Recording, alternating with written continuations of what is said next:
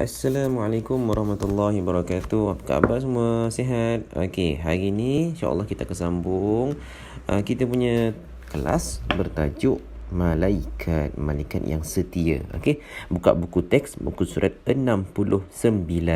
Okey. Dekat sini kita akan belajar tentang 10 malaikat yang utama.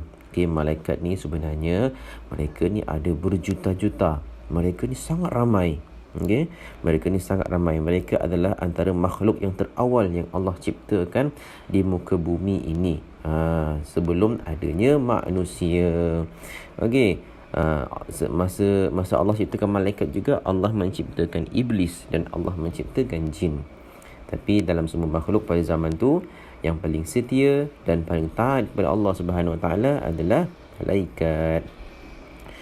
Muka surat 69. Kita baca nama-nama malaikat yang wajib diketahui. Ni antara yang wajib kamu ketahui. Kalau kamu orang Islam, kamu wajib ketahui.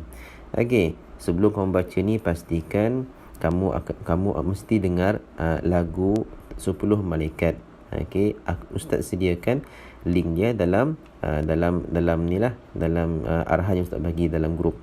Baik. Yang pertama, Jibril. Okey, malaikat ni sangat famous. Okey, Jibril sangat famous dalam sirah-sirah. Sebab apa? Jibril ini menyampaikan wahyu. Okey, apa tugas Jibril? Menyampaikan wahyu. Dia sampaikan wahyu. Segala arahan daripada Allah Subhanahu Wa Taala disampaikan kepada Nabi Muhammad melalui malaikat Jibril. Malaikat Jibril ni kiranya orang suruhan lah. Kira postman. Jibril ni orangnya postman. Dia sampaikan segala arahan daripada langit pergi ke bumi. Okey, ini adalah tugas Jibril. Jadi Jibril ni adalah makhluk Allah Subhanahu Wa Taala yang membantu Nabi Muhammad sallallahu alaihi wasallam dalam setiap perjuangan baginda. Kalau baginda ada masalah ke apa ke, baginda berdoa kepada Allah agar diberikan wahyu. Jadi Allah bagi direct ke? Tidak. Allah bagi kat Jibril, Jibril bagi kepada Nabi Muhammad sallallahu alaihi wasallam. Tapi ada satu wahyu, iaitu satu arahan yang tidak diberikan kepada malaikat Jibril dahulu. Apa arahan tu? Iaitu solat. Jibril masa Isra' Mi'raj, Jibril teman Nabi je. Jibril teman Nabi sampai naik ke langit ke-7, sampai ke Sidratul Muntaha, iaitu tempat di mana adanya Allah Subhanahu Wa Taala kat sana. Mereka sampai situ, malaikat Jibril ni yang besar, yang hebat, ketua segala malaikat ni, dia berhenti. Dia kata apa? Wahai Nabi Muhammad, engkau teruskan perjalanan. Sebabnya aku tak boleh teruskan perjalanan. Kalau aku masuk, aku akan terbakar. Jadi Nabi yang mulia ni sebagai seorang manusia biasa yang diciptakan lambat daripada malaikat, yang diciptakan hanya daripada tanah ni, naiklah bertemu dengan Allah Subhanahu Wa Taala dan diberikan wahyu oleh Allah, iaitu solat. Okey, ingat tu. Dalam banyak-banyak wahyu, satu wahyu je Nabi Allah tak bagi ke Jibril, iaitu solat. Allah direct bagi kepada Nabi Muhammad sallallahu alaihi wasallam. Kemudian yang kedua, malaikat Mikail menurunkan hujan dan rezeki. Okey, kalau kamu tengok hujan turun kan, hujan turun di Mesilau tu, di Kundasang tu, okey, itu kerja Mikail lah tu. Malaikat Mikail, dia yang menurunkan hujan, bagi rezeki. Kalau kamu balik rumah daripada sekolah selalu ada makanan, itu rezekilah. Sekarang kamu tengah dengar video Ustaz ni sambil makan sarapan ke, sambil tengah duduk ke, sihat tubuh badan ke, itu rezekilah. Malaikat Mikail yang uruskan. Bukan Mikail bagi, bukan kita doa wahai Mikail bagilah aku kesihatan. Tidak. Mikail itu melakukan tugas. Tapi siapa yang bagi rezeki, siapa yang bagi kesihatan adalah Allah sahaja. Malaikat ni sebagai perantara je, dia uruskan sahaja. Okey, yang ketiga, Israfil meniup sangkakala. Israfil ni kerja dia meniup sangkakala. Apa itu sangkakala? Sangkakala ni dia macam satu trompet tau. Satu trompet. Kita punya bumi, matahari, ada dalam surah Yasin. Ada surah Yasin, Ustaz tak ingat. Dalam surah Yasin mengatakan bahawasanya kita punya Bima Sakti ni, kita punya alam semesta ni dalam satu bentuk, kita dalam bentuk macam trompet keadaan kita ni. Kalau kamu tengok, kamu Google lah. Trompet di alam semesta. Bentuk dia macam trompet. Jadi bila Israfil ni tiup dia tiup je, hancur semua planet-planet. Hancur Marikh, Uranus, Pluto, bumi, apa lagi, matahari, semua hancur dengan sekali tiupan. Okey. Minta maaf, dengan 2 kali tiupan. Tiupan Israfil, dia tiup kali pertama, semua orang Islam sahaja semua mati. Bila dia tiup kali kedua, semua hancur. Okey. Israel ni paling ditakuti, mencabut nyawa. Ada satu lagu tu kan, bila Israel datang memanggil, jasad terkujur di pembaringan, sekujur tubuh terus menggigil. Okay, Israel ni malaikat yang sangat ditakuti lah. Sebabnya Israel ni dia mencabut nyawa. Okay, kerja dia mencabut nyawa manusia. Cabut nyawa ni sakit tak? Sakit.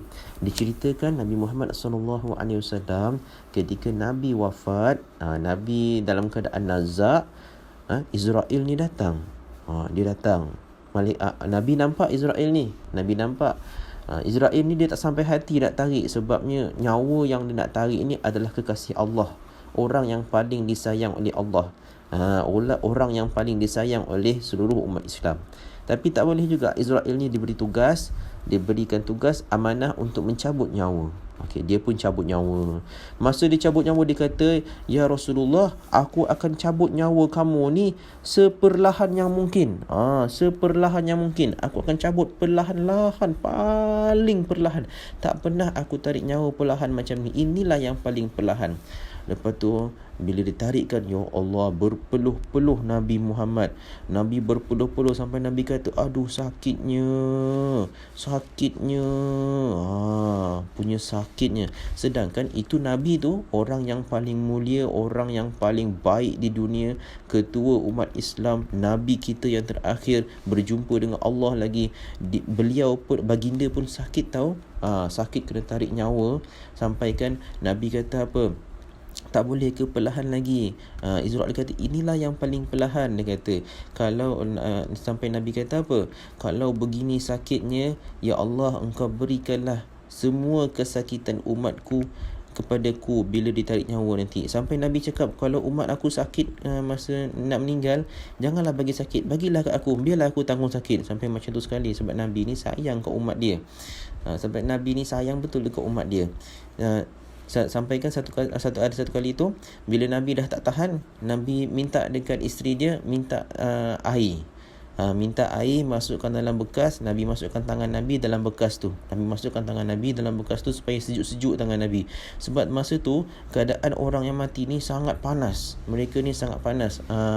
Kalau orang meninggal, kalau kamu nampak orang tu nak meninggal, tiba-tiba diminta air, wajib kamu bagi dia air. Sebab masa tu keadaan terlampau panas. Dia tengah bergelogak, badan dia tengah berombak-ombak. Dia nak mati masa tu. Diminta air, wajib bagi air. Okey, itu adalah tugas malaikat Israel. Dia mencabut nyawa. Ingat tu. Kemudian kita ada malaikat Raqib yang kelima. Raqib ni mencatat amal baik. Tengok bahu kanan kamu. Tengok bahu kamu. Okey, dekat bahu kamu ada 2 malaikat, Raqib dan Atid. Raqib ni mencatat amalan yang baik, Atid ni mencatat amalan yang buruk. Contoh, kamu hari ni kamu cuci piring dekat dapur, malaikat catat. Okey, contoh lagi, hari ni kamu dengar video ustaz, kamu belajar, malaikat catat. Okey, tiba-tiba dekat Atid pula, satu hari ni kamu nampak kucing, kamu pergi tendang kucing tu, mati kucing tu. Okey, itu aku tugas Atid. Atid tulis keburukan kamu. Okey, hati-hati, ada malaikat yang menjaga. Okey, seterusnya Ridwan. Ridwan ni apa tugas Ridwan? Menjaga syurga. Ridwan ni orang, malaikat ni sangat handsome. Istilah. Okey, Ridwan ni sangat handsome. Dia jaga syurga. Bagus dia.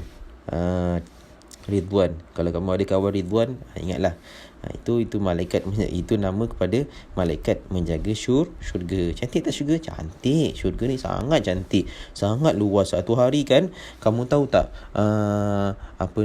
bila penghuni syurga dah duduk dalam syurga berbilion-bilion tahun. Dah berbilion-bilion tahun.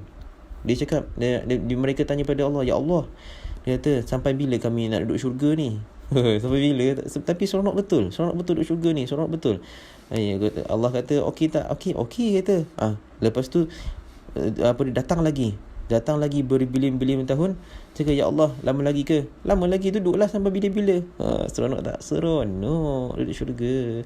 Mintalah apa kamu nak. Kamu nak mainan, kamu nak ayam goreng besar, kamu nak kolam renang, kamu nak jalan-jalan bercuti-cuti seluruh syurga, boleh. Okey, asalkan kamu jadi anak yang soleh.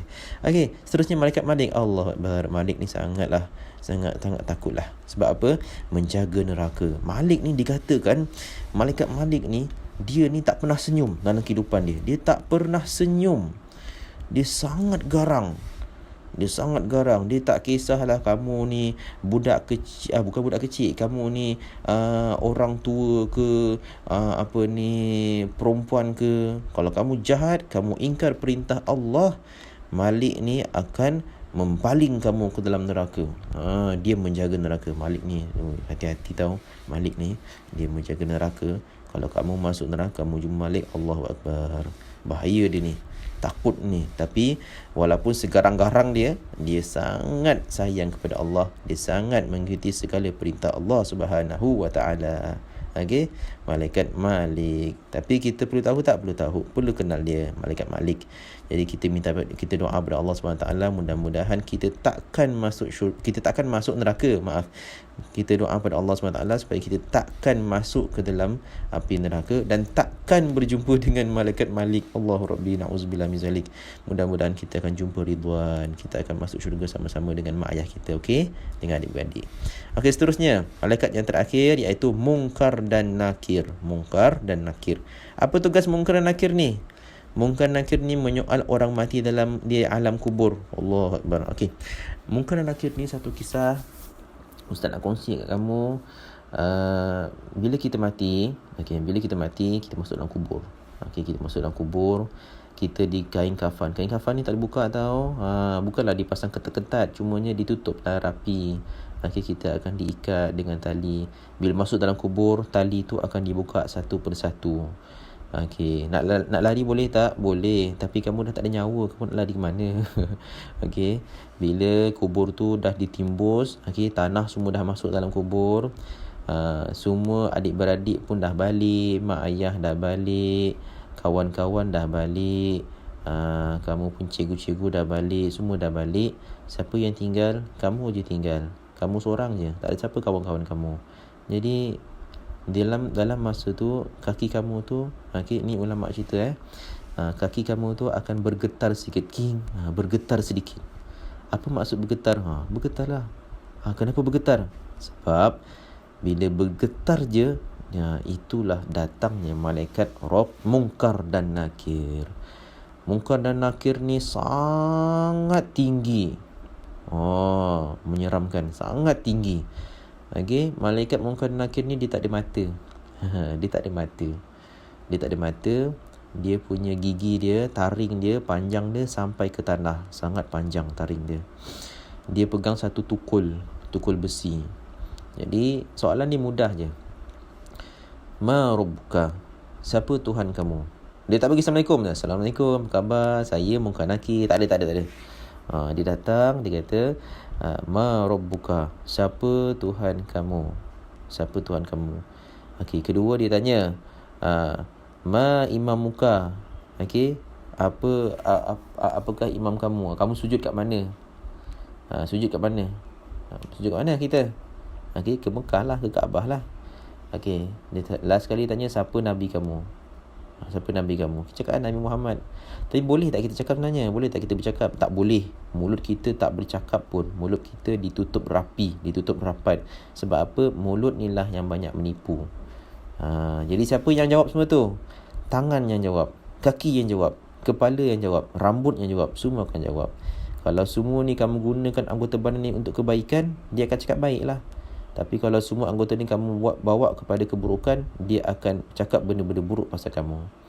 Kalau kamu cakap pasal buruk, contohlah dia kata, "Maruk buka, siapa Tuhan kamu?" Kamu tak dapat jawab, kamu malaikat pun ambil tukul, dia pukul kepala kamu. Ulama kata sampai turunnya kepala kamu tu ke tanah, masuk ke lubang paling dalam sepanjang 70 hasta.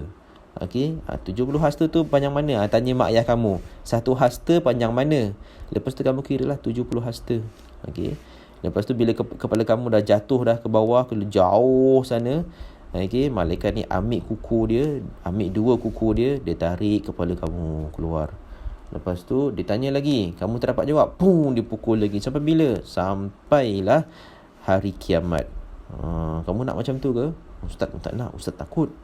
Kena pukul-pukul, bahaya. Tapi kalau kamu berjaya cakap, kamu ni orang yang baik, kamu berjaya bercakap, kamu berjaya bagi jawapan yang betul, itulah dia akan lepas. Okeylah, dia kata, kamu lepas ujian, kamu dah lepas dah soalan.